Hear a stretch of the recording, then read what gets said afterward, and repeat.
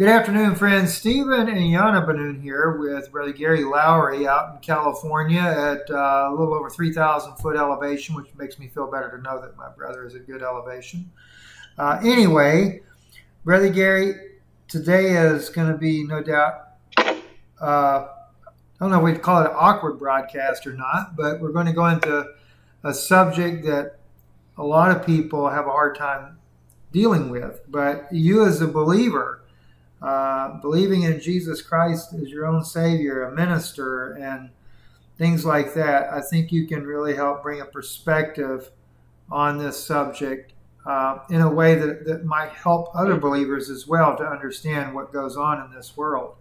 And of course, Yana's joined with me here this evening, and so I'm going to turn it over to her for just a little bit, but I'm right here. We'll be all talking together here.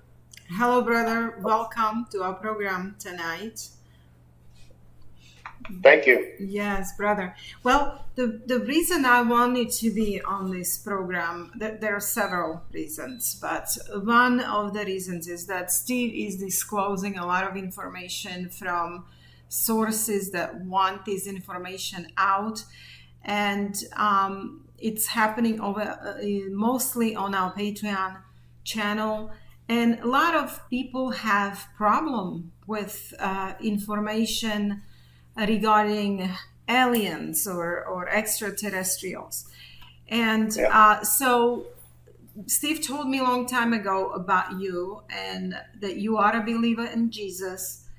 You are our brother in Christ, and you had your own experiences. Then I had experience that I have never spoke of when I was in my early teens with my half-brother. I used to live in East Europe. At the time, I lived in East Europe, and we lived about 5 kilometers from Russian border.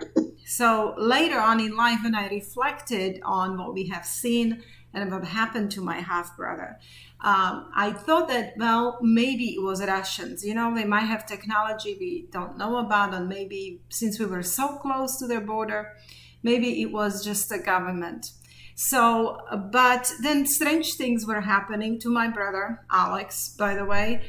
And so the entire family has turned on him, and he basically started drinking because nobody believed him. So, yes, so this has been my own experience, and I have never talked about this with our listeners at all, which I might tell them what happened. Maybe one day Steve will interview me, right, Steve? There you go. But he told me about you, and then I have read, since then, I have read a lot of books, stories. I listened to many people. I will name just a couple of them. One is Mr. Basiago, and the other one was Mr. William Tompkins, who is now deceased. But at the age of 93, he was disclosing a lot of information to public. He used to work for a secret space program, and he worked with aliens. So I never thought that these people would be ever labeled crazy. But what's happening is a lot of our brothers and sisters in Christ just have a very difficult time with this information. So I invited you tonight because I would like for you to tell us what happened to you, what is your story, and also, what is your view? How are you tying it to the Bible? Okay. All right. Well, this is, I've been a Christian most of my life. And like so many Christians, we have these ups and downs in our lives where we serve the Lord, and then you fall away from the Lord, or you don't follow him as closely as you used to, and you kind of let, everyday life get between you and the Lord, and there's a little bit of space develops between yourself and the Lord, and then, all of a sudden, one day you wake up and you're not hearing his voice as clearly, and things like that happen. And so, that kind of thing had happened to me. And I've always been somebody that was, of a scientific mind. I'm really interested in science. I have 2 science degrees. And I did a lot of study when I was younger in like mechanical field and things like that. And so I'd worked for Shell Oil Company for a little bit over 9 years, and then I lost my job, and I was fasting and praying, and I fasted 10 days, and the Lord began to speak to me, and I'd applied for a job with the Bakersfield Fire Department probably about 8 or 9 months before this, and they had sent me a card and said, look, we hired everybody for the position, and you were pretty far on the list. So they were hiring 10 people, and I was number 13. So they said, well, you're really not gonna get the job, but if you'd like to, we can keep a record of your interest in this, and if it ever becomes available again, we'll give you a call. So I checked that box, and sent that back. And it'd been months and months since they hired everybody and trained them. And I was fasting 10 days, and the Lord spoke to me on the 10th day at about 1 o'clock in the morning and told me to go pray for my neighbor across the street for the workmanship of his hands. And it was 1 o'clock in the morning, and I was like, Lord, I don't want to go over there. I'm going to look like a nut, telling him, oh, God's speaking to me and all this stuff, and I said, I'll do it in the morning, I'll try to talk to him in the morning. And the Lord clearly spoke to me and said, look, I want you to do this now. And I said, look, I promise I will do it in the morning. He said, well, if you don't do it now, I will not let you sleep all night. So at that point I said, well, I better go over there, so I got my clothes on, and I went to the front door, and I looked at the peephole of my house, and I said, Lord, really, if that's you, can you make him turn his front porch light on? And instantly the front porch light came on. And then I walked out to the middle of the street, and I said, one more time, Lord, if it's you, make him come out here to me. And the front doorknob jiggled, and the guy came walking outside, and he was startled. He says, what are you doing in the middle of the street at 1 o'clock in the morning? And I said, well, the Lord spoke to me and told me that I needed to come over here and pray for the workmanship of your hands. And I said, I guess it's a job or something, that's all I know. There was no, there was no internet, it wasn't typically available. Computers were just in their infancy then.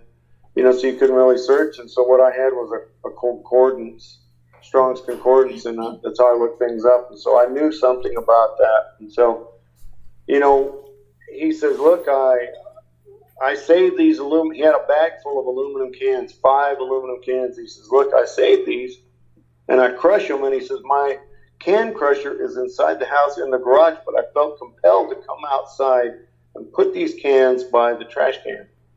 So it must be God. So I prayed for him, and he told me he'd bought a business, and he was leaving at 4:30 in the morning, and he wouldn't be back for 3 months. So that's the reason I really couldn't, I couldn't have been able to talk to him the next day, because he would have been gone for 3 months. And so I was in the shower the next morning, and I was telling the Lord, I said, Lord, I fasted 10 days, and you tell me to pray for the neighbor, and you're going to give him a job. And I said, I was, seeking a job myself. And he says, well, you're going to get a job. He says, the chief of the fire department, Bakersfield Fire Department, will call you in 3 days and offer you this job. And he says, I want you to take that job. And I said, well, how long will I be there? And he said, you'll be there 10 years. And I said, what will happen then? He says, you'll go back to the oil field for 1 year. And I said, well, what will happen then? And he says, well, then you will do my will. And so I told my wife when she got home from work, we had a catering business. When she came home, I said, God spoke to me last night and told me that he's going to give me this job working for the fire department, and that the chief would call me on the phone. And so she really didn't believe me. And every day she'd come home for those 3 days and ask me, well, did he call? Well, did he call? And on the third day, he called me at 9:30 in the morning, and he told me, look, I don't usually call. In fact, I never call anybody. It's HR that does this, but we need 3 people so that I can hire one. And he goes, even if you don't want the job, he says, I called you personally to ask you for a favor. Just say you'll do it so I can have 3 people to choose from. So I said, sure. And 2 of the captains during the interview process and the screening, you have to be screened because it's law enforcement. So they didn't want me to work there. They didn't like, one of them said he just didn't like me, and the other guy said he's too old. I was 33 at the time. So I got this job. And then after about 5 or 6 months of that job, they sent out letters saying they were going to lay everybody off in that department and several firemen. And so I put my house on the market without even asking God. I just put my house on the market, and it sold in like less than a month. And during that time, we went to Anacortes, Washington. And I thought, well, I'll just get out of California. I don't like it here. It's not a good environment anymore. And I'll just go up there. And so we went up there, and we saw a light in the trailer that we were in. I had a little trailer, and there was this bright light. And I was like, what is this, And a little voice said, don't, it's just a truck. So I didn't even look out there, I just laid back down, went to sleep. And we came back after about 8 or 9 days. We came back to California, and my brother and I were talking at night, and my daughter was with me, and we were getting ready to go out to the trailer to get some ads that they had for jobs and houses and stuff. And my daughter began to cry.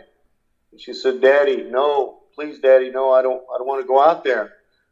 And I said, what is wrong? She said, the little men will get us. And I said, there's no little men. I said, what little men?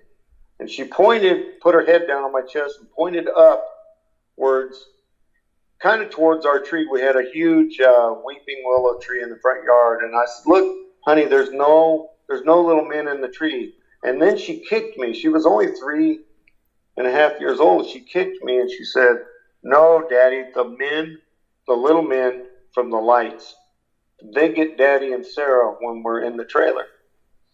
And I was shocked, like, the men from the lights. And she pointed at the stars.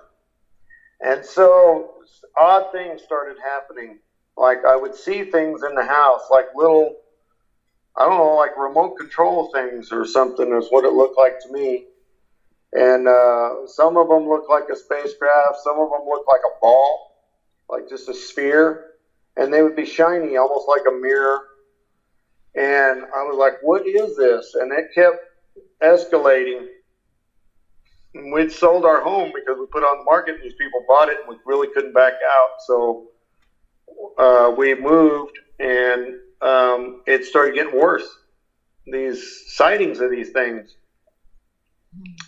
And then we got another home we bought because the fire department said, well, we did all that to get people to protest so that we didn't lay you guys up. We didn't know it was going to have this effect. People were going to lose their homes. And so, well, I ended up losing mine. So we're living in this house, and I began to see more and more of these things. And what I did was I went to a guy that I knew that had a security company, and there were these new cameras they had that were a hidden camera, and it was in like a clock radio or some other type of device. And the one he had, he loaned me. He says, look, I'll loan this to you. It's for a customer, but they'll need it in like 2 months or so you can use it until then, as long as you don't damage it. Because the things were like $1,800 back then. So we got this camera, and I had the way it worked is there was a hard cable that you'd run over to it, and I ran this camera. I put the camera in the bedroom, and I ran a cable into my living room and plugged it into my VCR. And then I had the VCR set to turn on. The camera was on all the time. Turn the VCR on at a certain time and begin filming. And I would film from about 11 o'clock at night until like 3:30, 4 o'clock in the morning. And I was getting these like needle holes on my chest. And not just one, but there'd be, I don't know, 10, 15, 20 needle holes, and they would form a geometric pattern.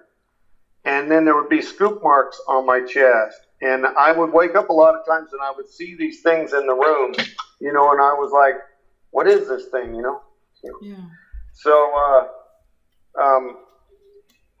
I could never find them. I'd look these films over, I'd review them, and I wouldn't find anything. And one day I was really frustrated, and because I'd come home at lunch and I'd watch the films during my lunch, and then I'd come home and look after work if I had any film left. And I was fast forwarding it and stopping it, and I stopped it, and there's this, what people call an alien looking thing on the film. Wow. You couldn't see it when the film was playing normal speed, but if you stop frame it, there it was, plain as day. You could see it clear. And so my wife and I had huge debates. First, you could see like there were lights appear on my chest. I was laying there in bed and it was filming me, and then these lights would appear, and she was like, well, maybe it's some kind of insect.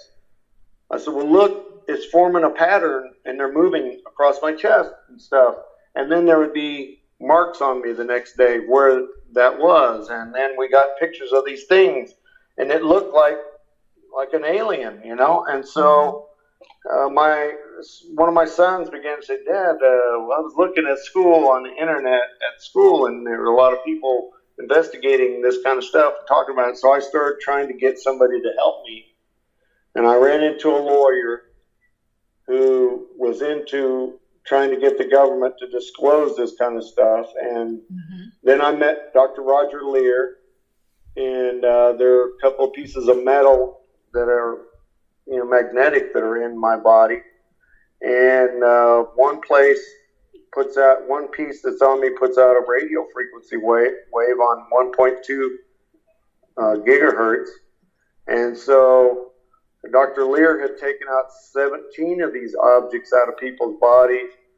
I met him personally numerous times. I met Bud Hopkins, the guy that wrote the book Intruders. I met Whitley Strieber, the guy that also wrote alien books. I met all those people.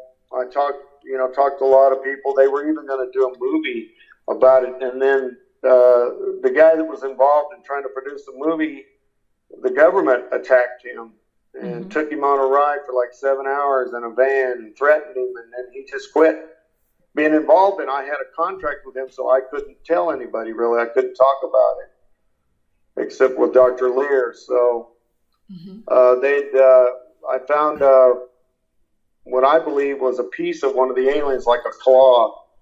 They were coming in and out of my closet. We had a walk-in closet in this house, and it was a 1940s house. It had French doors on the closet, and those had louvers in them, so you could see up inside the closet. And I saw people in there at night. Like I woke up and I could see them with a light inside there. So I put a towel down in that closet that had aluminum foil on one side of it, and the towel was green, which was the same color as the carpet, and I got footprints. Wow. And I got all this physical evidence. There's stuff that they analyzed from my watch. I had a watch. It disappeared for like 4 months, and then it reappeared strapped to the leg of my bed underneath the metal leg of the bed. It was down there, and then they analyzed the pieces of material that was on this watch. And the laboratory wanted to know where we got this stuff from, because it's classified. The material that was on this, it was nanoparticles that you can't even get. A person, you can't buy it. They want to know, how did you get this? So I had a lot of proof these things were happening, and like most people, I started investigating it, and these creatures had told me that they manipulated religion, they manipulated our belief in God, and they told me all these lies, which I believed because I was calling on the Lord to help me when they were doing things to me. And brother, can I ask you? Pardon? So you actually remember them taking you? You were abducted at night. Yeah. I went to their planet, or what they said was their planet. I don't know. You know, it's all subjective because you're seeing this in like a dream type state of mind, and you know, they have complete control over you. And I couldn't understand why the Lord was allowing this to happen to me, and I would pray about it, but I wouldn't get any answers. And so, do they speak? You know, they speak English? They didn't tell me there was no God. What they told me was there is a God, but he doesn't really interact with human beings. He basically made the universe, wound it up, and he let it go. And it's really on its own. And so they told me that they created our religion, Christianity, to try to stop people from hurting one another. And a bunch of lies. It's all lies, you know. And then God revealed to me later that they were the fallen angels, is who they are. So at the time when it was happening to you, were you a strong Christian or just like not that strong Christian? Well, I was reading my Bible and stuff like that, but, you know, I just... I was like other Christians, you know. Rush Limbaugh had a big influence on my life. You know, when he said he's a Christian, he really was. I don't know, he was that good of a Christian at all. But, you know, other people that were my friends, you know, peers and stuff, some of them were Christians, and they, you know, they just, like most people, you live this life where Christ really isn't number one in your life. And, you know, I don't know why. I'd even asked God about that kind of stuff, and he just told me that stuff would work itself out in the end some way. So, you know, at the time I was confused, and a lot of Christians, you know, you try to depend on them and what they'll say to you as well. Yeah, it's some kind of demonic thing, and, you know, you must be doing something wrong in your life, and that's why this is happening to you. And it's always somebody. It's real easy to, as a Christian, look at other Christians that are having things happen to them or failures in their lives and be judgmental. Right. And, you know, to say, well, it's not happened to me, so therefore I must be doing something right and you must be doing something wrong. Or you must be, you know, in some position, you've done something that caused this to happen, or whatever, you know. Brother Gary, so, yes. I want to ask you something on this as well. And I'm one thing I completely in agreement with you on, and it's not because, you know, something like this doesn't happen to you necessarily because you're not a good person or something like that. And it could be very well, and of course we've known each other for many, many years, because of your close relationship with the Lord to begin with.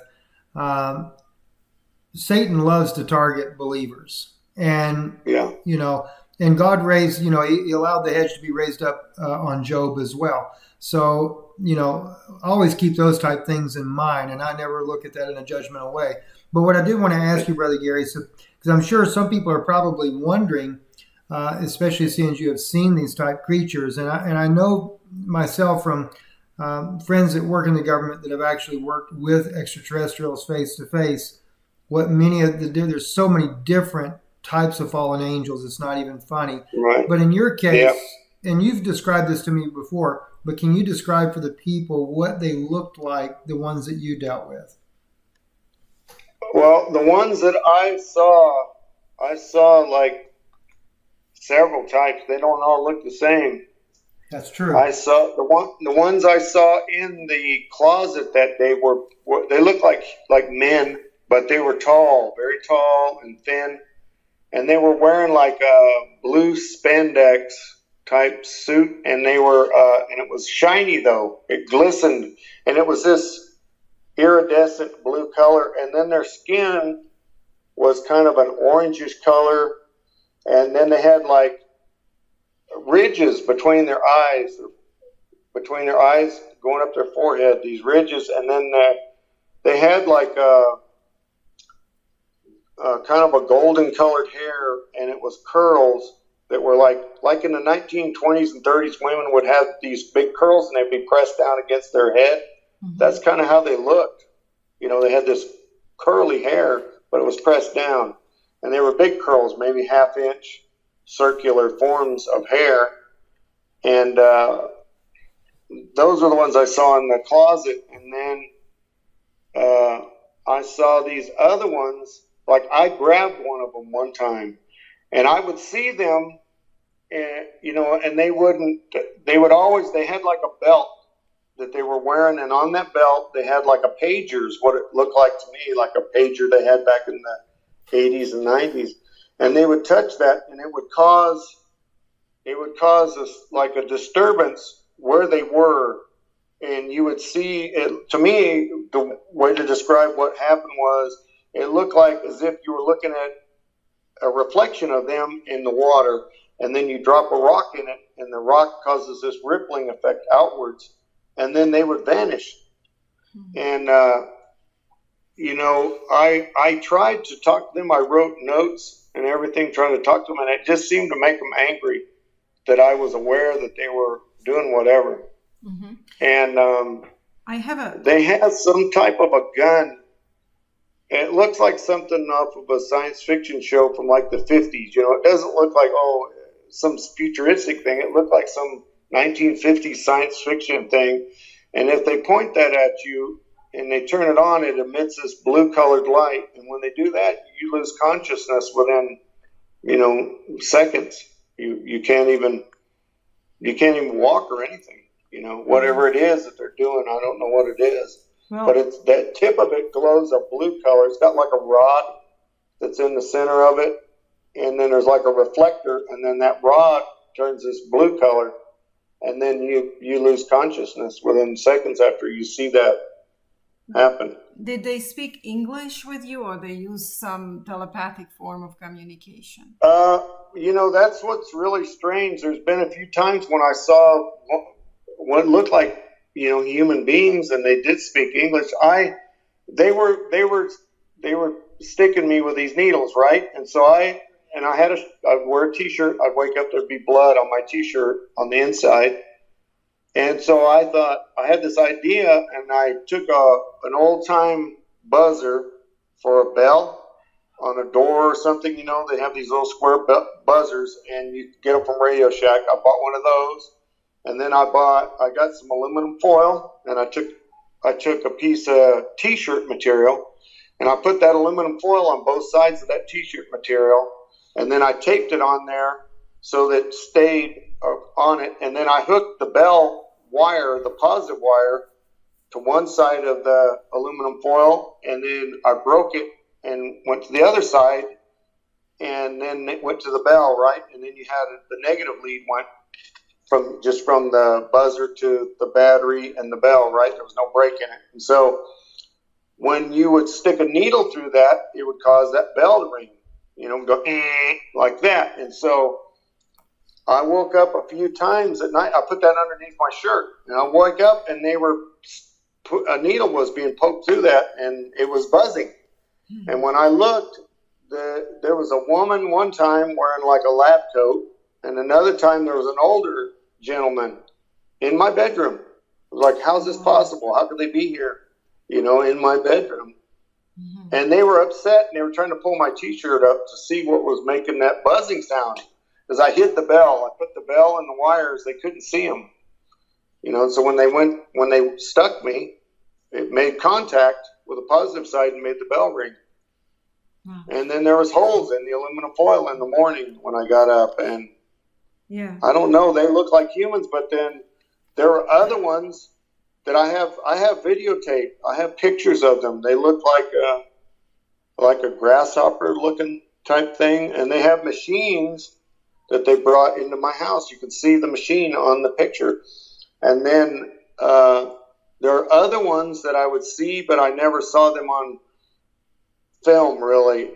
Mm-hmm. But I would see them, and they looked like an orangutan, kind of, their face did. Had that two big lobes of skin, but they didn't have any hair on them. And one of those, I actually grabbed one of those, and they're kind of a brown color, almost like wood. and the skin, the muscle texture of them was kind of like one of those pink erasers. I didn't feel any bones when I was hanging on to. They're very strong though, and they're about the size of like a, I don't know, 7 or 8 year old kid, but they're really thin. But they're very strong. Well, you mentioned a doctor. And yeah, Dr. Rob Lear. Yes, and he has been taking stuff out of people that these aliens were experimenting on. Did he ever take anything out of you? No, because the two things that were on my body were on my rib cage, and he didn't want to try to do that because it could cause you to, if he punctured your diaphragm, you could cause all kinds of medical complications. He didn't want to do it, and he didn't have the money. There wasn't a lot of money in this, and people like Lear, Dr. Lear wrote books. He was in movies, he was in TV shows, but he really didn't have a lot of money. It was like a shoestring thing, and he would have to go to these conventions, and it was all pseudoscience stuff they were trying to do, and you really couldn't get anybody involved. There was one person that got involved with what was happening to me, and he was in Australia. I still have his emails and stuff, and he worked on the Human Genome Project, and they tested this thing that I found, and they were saying that had human and non-human genes in it, but they were related to humans somehow. And what I believe is that, in the days of Noah, God destroyed the earth because those Nephilim and the fallen angels were experimenting with genetics then, trying to muddy the bloodlines of the Messiah. Yes. So God had to, that's why it says that Noah was found faithful in all of his generations. He was found clean. He was perfect in his generations because he was untouched by their DNA. And we know that this Messiah had to be a perfect lamb to be offered for our sins, and he couldn't have any of Satan's genetics. Somehow they're able, you have to go back to the book of Enoch, which is not in the Bible, but it's spoken of by the Bible. And in there, Enoch said that he says Satan or Lucifer in the many forms which he had inhabited. So I believe they're doing some kind of thing. Because they're a spirit, to be able to fully act on earth, they have to have a body, a physical body. Right. They can manifest, and do things, but to really be accepted, for him to be the Antichrist and to do these things and people accept him, they must have a body some way for the Antichrist to inhabit. Yes. And become who he is, so that the Jewish people will accept him as the Messiah, and the world will accept him as the world ruler. And so I believe, they were doing those experiments back then, trying to create this human hybrid with this fallen angel DNA some way. The Bible tells us, in the book of Enoch also about them. Some of them were specialists in war. Some of them were specialists in how women can paint themselves and become really attractive to men and cause these things to happen. They have these specialties, metallurgy, all kinds of things. They're very intelligent. Mm-hmm. We are in a war against an enemy who was the fourth angel in heaven. He was the one that overshadowed God during the worship, and he did all these things. He's very, very intelligent, and so they know how everything works. And the Bible tells us that he's the prince of the power of the air, and that's why these, right now we're having all this stuff come out about aliens again. And the government, the United States government, is now saying, yes, there are machines. We do not own them. We don't know exactly. They're not telling the truth. They know exactly where they're from. Sure they do. They know what's going on. But the aliens, some government people may be of the know. There's different levels of being able to understand what's going on. There are lower level people that know that these are just aliens. There are other people that probably know they are the fallen angels. And they're probably working with them because Satan believes that he can overthrow God somehow, That's what using it is. God's word and his kingdom against him to try to overthrow God. And maybe that could be what CERN is doing, that the Hadron Collider, they're trying to figure out some kind of weapon to attack God with when he comes, when he comes through into this reality. Maybe they believe they can attack God and, kill God some way or do something to God. And he's promised them, Satan has promised them, maybe he's promised them eternal life, but they get to live by like a bunch of bikers or something, or whatever they want. Well, they don't want to be good people. They don't want to be loving. They don't want to go along with what God has said. This is the way things are supposed to work. They're not interested in that. They're interested in what Satan is doing. Satan fell. Brother Gary, he's so powerful. What's that? I want to throw some thoughts out here your way, because you really hit the nail on the head in a lot of these areas here because of the connections that I do have in the government that work with extraterrestrials and our military, different, very, like you said, very few people have a high enough clearance to know anything really that goes on about this. I can confirm, though, that what you suspected, one issue here is that, yes, there have been the elite that have been promised longevity of life, 1,000 years long type lifespans, as some of these aliens have. For example, the reptilians are known to live 600 to 800 years in their lifespans. Some of the other aliens that you described, the mantis is one, would be more like a grasshopper, or they actually say like the praying mantis. The Israeli the Israeli government actually works with the mantis and the reptilians both, and I know that for a fact. And then this whole issue of even the Hadron Collider, CERN, they have been using that, and of course they have 6 of those around the globe, including Antarctica, 3 in the United States, New York, Texas, and I think Chicago is the other one.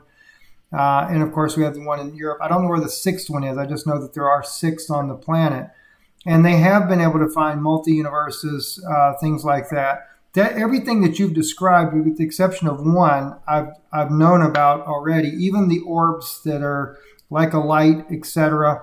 Because there's actually what they call multidimensional beings as well. There are those that, like the ones you said, that look like humans.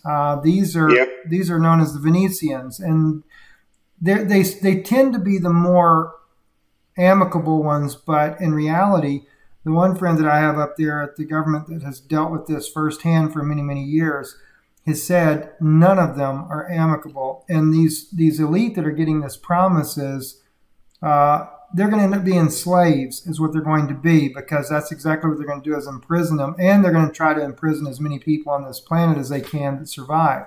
But one thing I wanted to ask you, Brother Gary, because I remember you sharing this with me years ago, and it's always stuck out in my mind. At one time when you were abducted, they actually said to you, if I remember right, and I'm just trying to go by memory on this, they were apologizing and saying that they were sorry for what they had done. And that always stuck in my mind, because that's exactly the way the fallen angels would actually speak. As we know in the book of Enoch, they go to Enoch and they plead on the behalf of their children that they would not die. They were trying to repent then. Can you share that as well? Yeah. Well, what happened was when what happened was I was having all these issues, so I went to a hypnotherapist, and I said, "Look, this is what I suspect is happening. I cannot remember all this." And I said, I want you just to get me into like a hypnotic state and then allow me to explore what has happened to me. Right? And so what I saw was my daughter told me this too when she was very young. She said, Daddy, they come and get us, and she said they make us drink some kind of liquid. And she says, you told me that we have to drink it or we can't go with them in their ship. Something to do with whatever they do, however it happens, you have to drink this liquid, otherwise you'll die when you travel faster than light or whatever it is that they're doing. I don't know exactly what, or interdimensionally, whatever it is they're doing. And so when I had this memory that I recovered, they took me to their planet, and the planet had a single landmass on it, and there was an ocean, and there was our yellow sun there, and on their planet was this huge pyramid, and it was about, 30 feet off the ground, and at each corner of that pyramid there was a palm tree that only had 3 palm leaves, and they were growing outward away from the pyramid, and the pyramid was hovering. On top of the pyramid is the same thing that's on our dollar bill. That eye that's on there, that's what's on that pyramid, only it's a light, like a searchlight. And their planet, the way that it's tilted on its axis or in its orbit, it's like a perpetual twilight on the planet. It's not full daylight, it's not dark. And this light is shining out, and it's near the ocean, and then there's this symbol that's on a wall. They have a wall, and they go there, and it's like a pilgrimage. They go to this wall, and they look at it, and this wall has this symbol on it that looks, to me, it looked like a 4-bladed boat propeller. And with each one of the blades were cut at a certain angle so that they made a sharp edge at the bottom that pointed to the next blade underneath it. And then what they told me was that they did not do like my people did. They said, we do not kill one another for pleasure or sport or personal gain. They said, only you guys do that. But they didn't say they didn't kill. They just said they don't do it for those reasons. And they told me, I saw this city floating there that was inside of a bubble. And I said, is there anyone in that city? And it was floating off the ground. It was gigantic. And they said there was over 1 million souls in that. And then I was in the control room, and I saw that thing that you're talking about that the Israelis are working with. It looks like a praying mantis, but it's huge. It's like 8 feet tall. That's right. And it's like a scientist, and when it looks at you, it's like it wants to kill you. It wants to end your life. No. And then there were other men there that looked like the typical aliens. They were gray, but they were the same size I am, but they were just very thin, and they wore like a Nazi-looking uniform.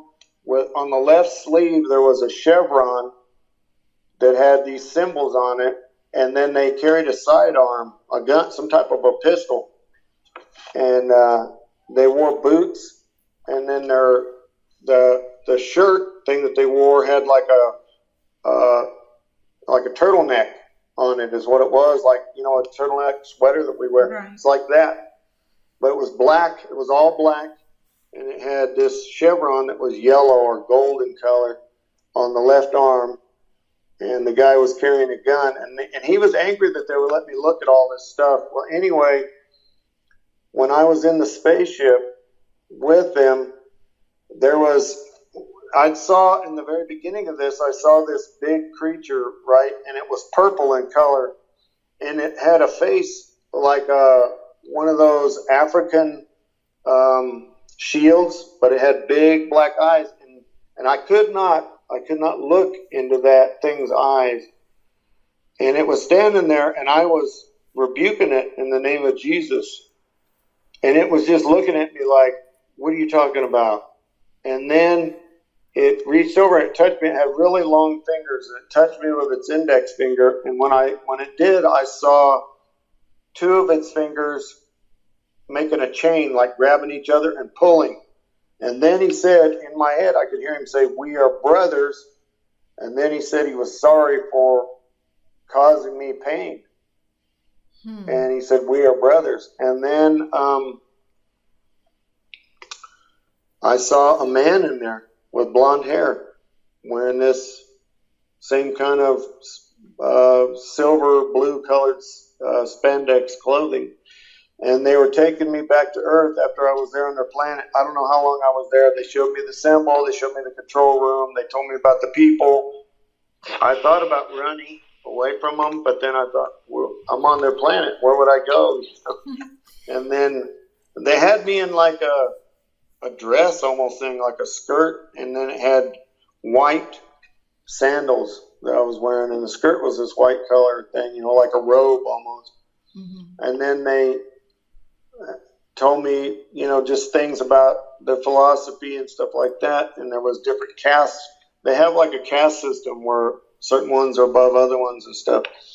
And then they brought me back to Earth. And when they did, they were taking me to New York City. And when we got, and I was thinking, I don't live here. And as we got lower to the ground, there was smoke everywhere. And then the city was destroyed. New York City was obliterated. And I said, did anybody survive to the guy? And there was a mask of that purple thing, and it was on like a display counter. And then this guy was standing there with me, this blonde-headed guy, and he had his hand on me, and he was I started crying. I said, did anybody survive? And he said, no one survives. And then they told me what date it was, and it was 911, or 911 had something to do with how it happened some way. And he said it was something to do with the Arabs and Muslims and stuff triggering this some way. I don't know how it was, but I can't remember everything, that he said to me. And then they took me back to my house. Mm-hmm. Well, let me ask you this. Was it happening only to you from your family, or is it something that happened to your wife? My wife has had needle holes in her. She doesn't have any memories of anything. One time I woke up and there was this object, and it looked like an iron, like a tiny iron, maybe 4 inches tall or 5 inches tall, and it had an arm sticking out of it with a needle, like an old-time needle like you'd see in a science fiction movie. And that needle was in her nose, and she went like that and rubbed her hand across her face, and then it caused that thing to move.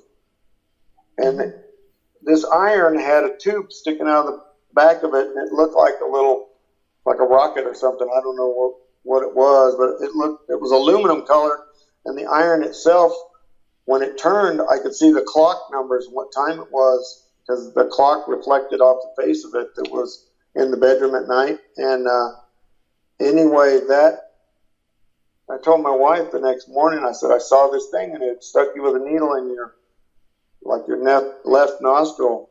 And she was telling me, no, that didn't happen. And then all of a sudden, blood started running out of her nose, down her chin and stuff.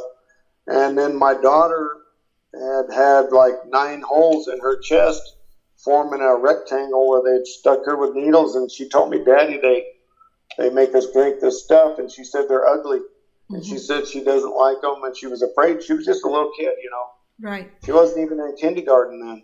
Well, brother, I want to tell you that I did research, and there is many books written by professional people who interviewed people that has happened to them, what's happened to you. If listeners are interested, we can do a show on this. Steve said I can make them familiar that this is really happening. And as you said, that these are demonic entities. They have they have technologies. In fact, our technology is from them. Yes, from them. Yes. Our government has made contracts with those entities, and they're allowing us a certain number of population to be experimented on. Yeah, that's true. Right. Yes. So let me throw in one thing real quick, Brother Gary, because some people may wonder, and I actually know the answer to this. Why is it like in the case of your daughter, she can remember, and in your case, you remember some things, but other things you can't, and then your wife doesn't remember anything at all? what that is, and because I actually asked about this one time when I was speaking to one of the friends that I have that work with these entities. He said that he said they actually had given that same technology to the American government to be able to erase the memories of people. He said, but what it is, he said, not everybody it works on. He said, and this is the reason why you'll have some people that will actually remember very vividly what happened, and some can remember partially, and then others never will remember anything. He said, for the most part, it does work. And he said what the government does now is like if they take and kidnap somebody from their home to interrogate them, they'll go through the entire process, just like the alien abduction would be, and then they'll take and erase their memories. He said, but in some cases, it doesn't work for us either. And then also the weapons that you've spoken about, and I'll mention as well the travel time to a planet. We do have some of the weapons, but of course not many. The Vatican actually has far more alien technology weapons than any other entity on the planet, and they work with several different species of aliens. For some reason, they really work closely with the Vatican. And I know this because I know people that have actually been down there that have attested to this type of technology. And then when it comes to the travel to these other planets, we even have our own spacecrafts that we reverse engineered from what the aliens have done. In fact, I was told recently that it is believed in our own government that a lot of times what they do is they feel like that some of these crashes that we've had on the Earth were done intentionally so that we could gain their technology and build some of this craft and catch up with some of what they do. Of course, their IQs are like well over 1,000. They're extremely intelligent, as you mentioned, Brother Gary. But we do have interplanetary vehicles as well now. And for example, we have a base on Mars, is what I've been told. And that it takes, and I actually asked recently, how long does it take in our spacecraft to get to Mars, for example? And they said it only takes about 45 minutes. I'm sorry, I apologize. 1 day. 1 day is what he said was on that. And I was told we actually use a nuclear type of power. There is what they call zero energy or something like that. They've never 0 point. Yeah, 0 point. They've never been willing to give it to us. At one point, the Clintons almost got it from the extraterrestrials, but so thus far they have not. And of course, the aliens can control their spaceship by thought, is how they travel. Yep. And so they said it actually travels faster than the speed of light. And this is one reason why you could actually get to another planet so rapidly, is because of that type of technology that they have. And I was actually told, and I know from Harold Kausvilla about the black goo, but I was told that there's like a crystal inside the spaceship, and as far as the aliens, anyway, not ours, but the aliens, and that they will touch that crystal, and they said like a black substance comes over their hands and just like creeps up their arm, and they become one with that spacecraft. That's what the pilot does, and then they're able to travel very rapidly. Go ahead. They told me that the ships had that the ship was alive. It was like a living thing. Wow. Is what the aliens told me. And then they told me that the computer that operates the ship is nonlinear computer. And this was back, in the 90s.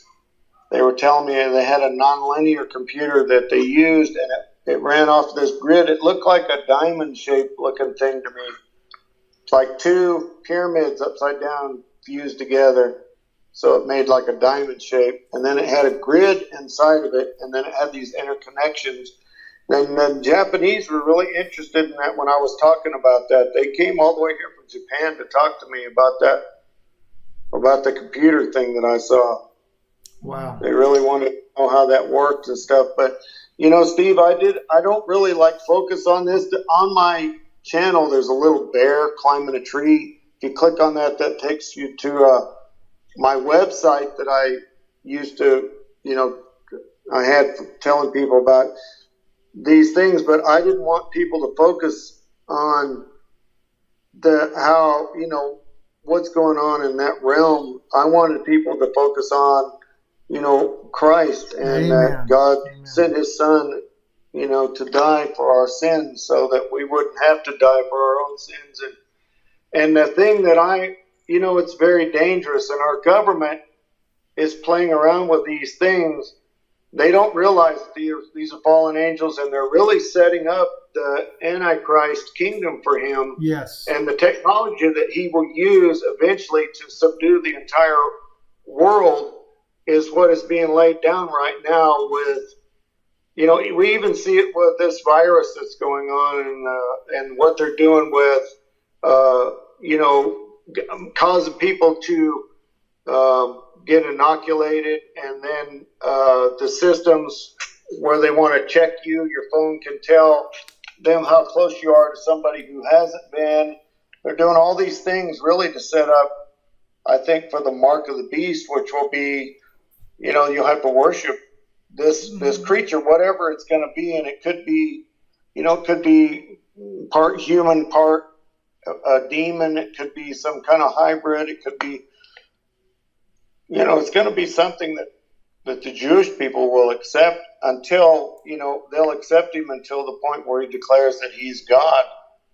Yeah, brother Gary, I would like to just kind of close my part in it, and I will leave you with Steve here to finish up. But basically, these AI technology that we are moving onto, AI is taking over. This was written in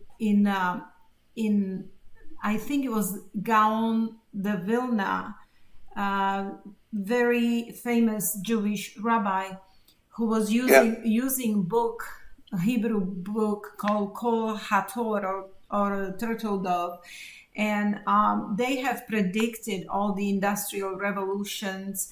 And this is somebody's maneuvering prophecy here, and they're using this alien technology, and it's coming into AI, fully taking over every area of our life. So basically, these demonic entities have been in touch with our governments. Our governments have sold us out to them. And you said you don't want people to focus on it. The reason we had you here was that some people that are going through this, they need to know they're not alone. It has happened to people. Then also those people who do not believe it at all and think that people like you are crazy, they need to know that that's not true. These things are truly happening. Okay. And the thing is, I have photographs, videotape of them. I have metal samples that at the time was impossible for anybody to have those samples. I have genetic proof of what I'm talking about. The leading scientists were working on what I was doing, and then all of a sudden it was all shut off, like somebody turned it off, and they didn't want anything else to do with me. And a lot of those people quit. This is very dangerous. Yeah. What's going on with this, because this is the way the Antichrist is going to control the earth, and the way that he's going to get people to buy into that great delusion that's going to come on the earth. This deception that's coming is going to be something tied in with these aliens, and that's why you see the government all of a sudden they're telling you, yes, our jets have photographed these things, our pilots have encountered them, it's been going on for years. Why would they all of a sudden begin to release this information and admit to something that they've denied for years and years and years?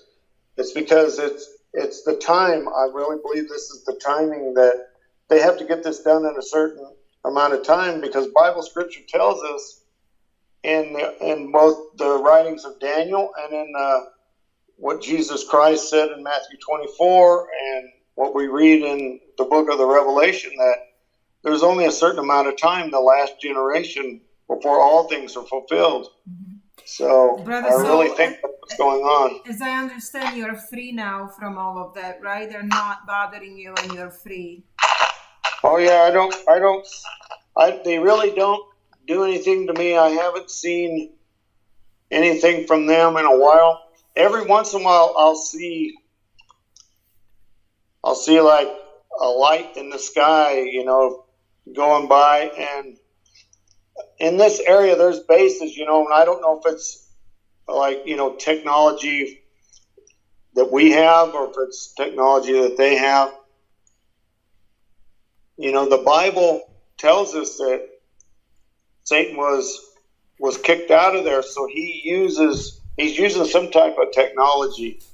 He understands how science works. He understands how gravity works, how electromagnetism works. He understands all those things, and he's manipulating it and pretending to be something that he's not. You know, Brother and Gary, I believe certain people know, like Steve said, there's high ups that know. It's like Albert Pike and those guys, they knew what they were doing. They're worshiping the devil. That's right. You know, Brother Gary, here's the big reason why, and I think we go down the same thought on this. The reason why I wanted people to better understand what is going on, like in things that you've experienced, is because we're coming down to that final showdown, the final battle. And Satan knows he has but a little time. And the scripture says he'll be thrown out on the earth. He's going to be seeking whom he can devour. And I feel like that what's going to catch a lot of people off guard is that they don't realize that Satan is real.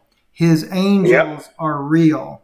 And the only defense we have is Jesus Christ and, of course, his angels that are there for our own behalf. But I don't want people to be caught off guard, Brother Gary. The thing is most people think of the devil and they think, oh, it's just a spirit, a little ghost floating by somewhere. They don't realize that Satan, as you mentioned, they've taken on bodily forms. Whether or not they did that through their genetics and labs and perverted different species or something, and because we know this because Jesus said, like when he cast out the devil that was in the maniac of Gadara, all those demons, because there were a legion of them in this man, they wanted to go in the swine. They wanted to be suffered to go in the swine, so they got to go in the swine. Of course, the swine were smart enough to go kill themselves, but the point is, it shows that spirit of that demonic influence takes on forms of flesh. And this is what I'm very concerned about, as you've mentioned so many times tonight, Brother Gary, about the Antichrist, what he's coming, what they're planning on doing there, and some of the things that I know, as you mentioned, why are these things speeding up right now? It is true because according to the folks that I do know that know about these things, these demonic beings are coming by 2026 to disclose that they're going to tell the people that they sent Jesus, they sent Buddha, they sent Muhammad. Yeah. They're going to put all these lies in the people's heads. And as you mentioned, Brother Gary, and I think this is so valuable, that, we look at the scripture, the great deception, the great falling away, all these things here. That's what's going to cause people to be deceived, because some people that I see that are disclosing this type of information and maybe I don't think they're bad people or anything, but I've seen some very good Christian people trying to help people understand what's going on. But unfortunately, there's that side they think, well, this set of aliens are good aliens, and they're none of them are good. You know, only Jesus Christ is the good one. But I have been told that they have the reptilians, for example, have the ability to transform themselves to look like Jesus Christ himself. And yet the scripture says that Satan can literally appear as an angel of light. And so this is another reason why, Brother Gary, is to get people to understand that we're dealing with demonic entities that are out there. Well, I was just trying to tell people, because a lot of people ask, that's a question. I said, well, why don't you talk about this more? Why don't you, try to do something about this? Why aren't you pushing this to the front? And like I said, it's so easy for people to get entangled in all that. That's right. They get entangled in the technology of it or what it might be, or they'll wonder, like, why, as a Christian, weren't you able to do something? Well, when you look at when Daniel had these visions and he began to pray about it, we see that God had to send an angel to help another angel, because the prince that was the prince over Persia would not allow him to get to Daniel to answer. Exactly. Very good, Brother Gary. And Daniel was a righteous dude in God's eyes, and God was trying to answer him, but his angel that 21 God days. sent was withstood. Yes. 21 days he had to fight to get to him. So imagine, Right. you know. Right. But So, the thing is they couldn't do when it- anything to you. That was the beauty part of it. And that's what people seem to miss sometimes. God's not going to allow it. Even so, what is the flesh anyway? It's our soul that matters. So even if they destroy this body, as Jesus said, destroy this temple and in 3 days I'll raise it up. He wasn't worried about it, you know? No.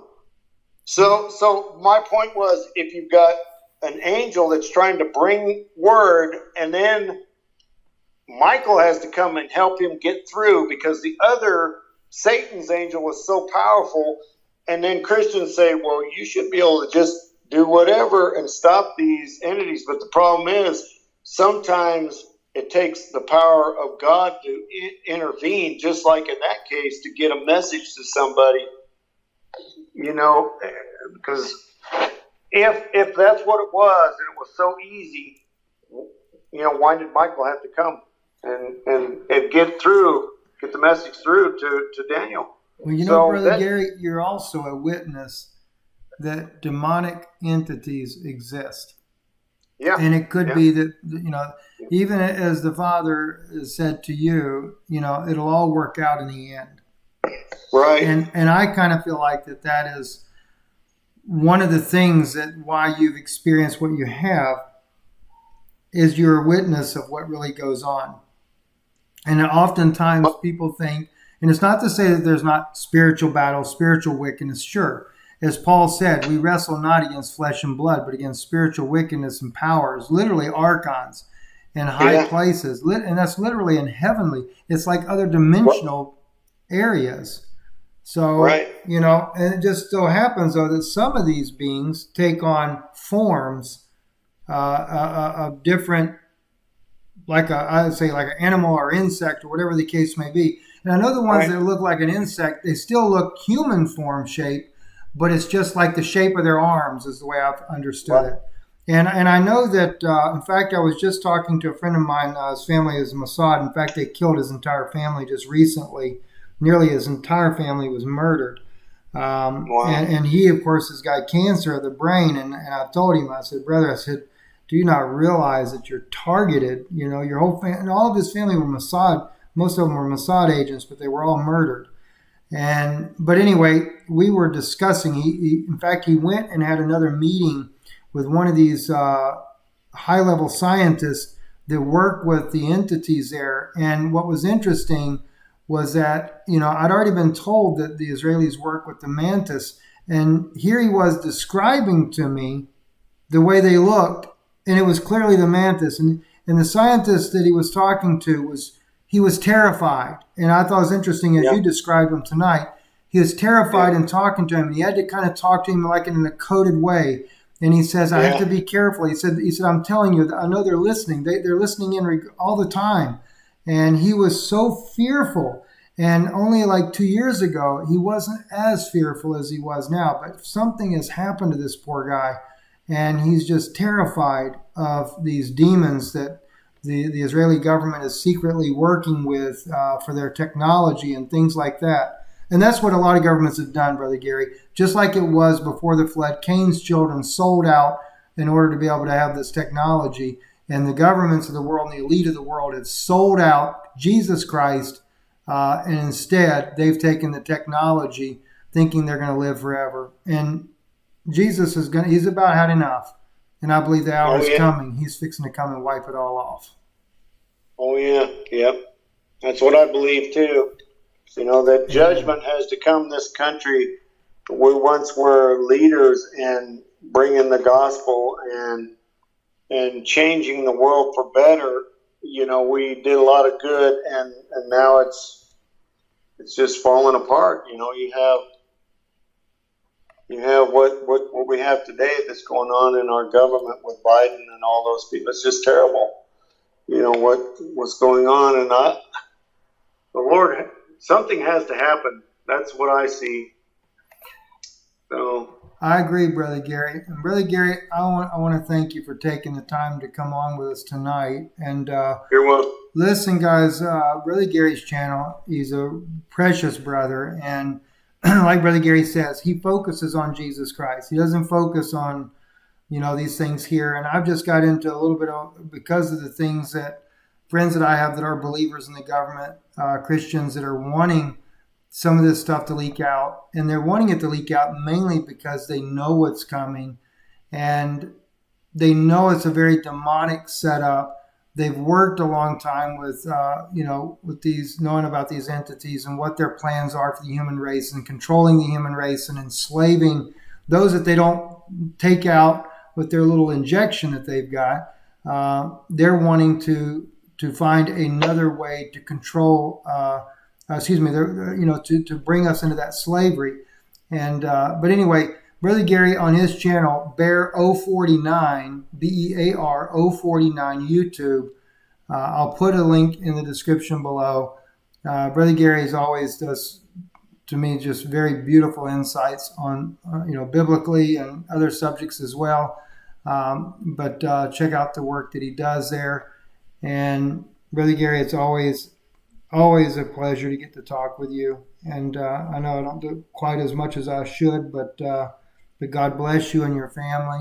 And let me ask you this, Brother Gary, does your daughter, she's grown now if I'm not mistaken. Yeah, she's 30 years old now. Yeah, so does she ever go through any of that anymore, or was it only when she was small? It was only basically, I guess, I don't know. We really don't talk very much about it. We used to when she was, younger, and even when I was, when Dr. Lear was alive, they were, because I have so much evidence with the videotapes and the photographs of those creatures and metal, and, we had objects that were magnetized.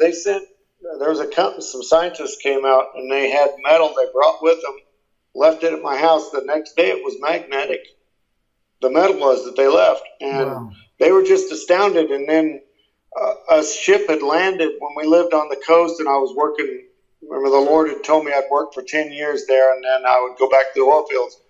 That all happened, and I was working in the oil field as a safety manager for this oil company, and this ship landed in my backyard one night, and these guys from Bigelow Space Industries, they came out. It was called NIDS at the time. They disbanded, but they came out from Arizona, and they took samples in my backyard, because you could see where this thing landed. It left an imprint where all the grass died, and it looked like somebody had a boat sitting in my backyard, the outline of it.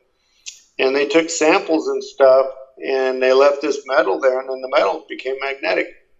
Did it have any radioactive content, Brother Gary? Oh yeah, that's radioactive. I had dose meters. I bought a Geiger counter, an old Geiger counter, and it had personal dose meters, and those meters all would go. The ones that were by my computer and by my stuff would start climbing the amount of radiation registered on these dose meters.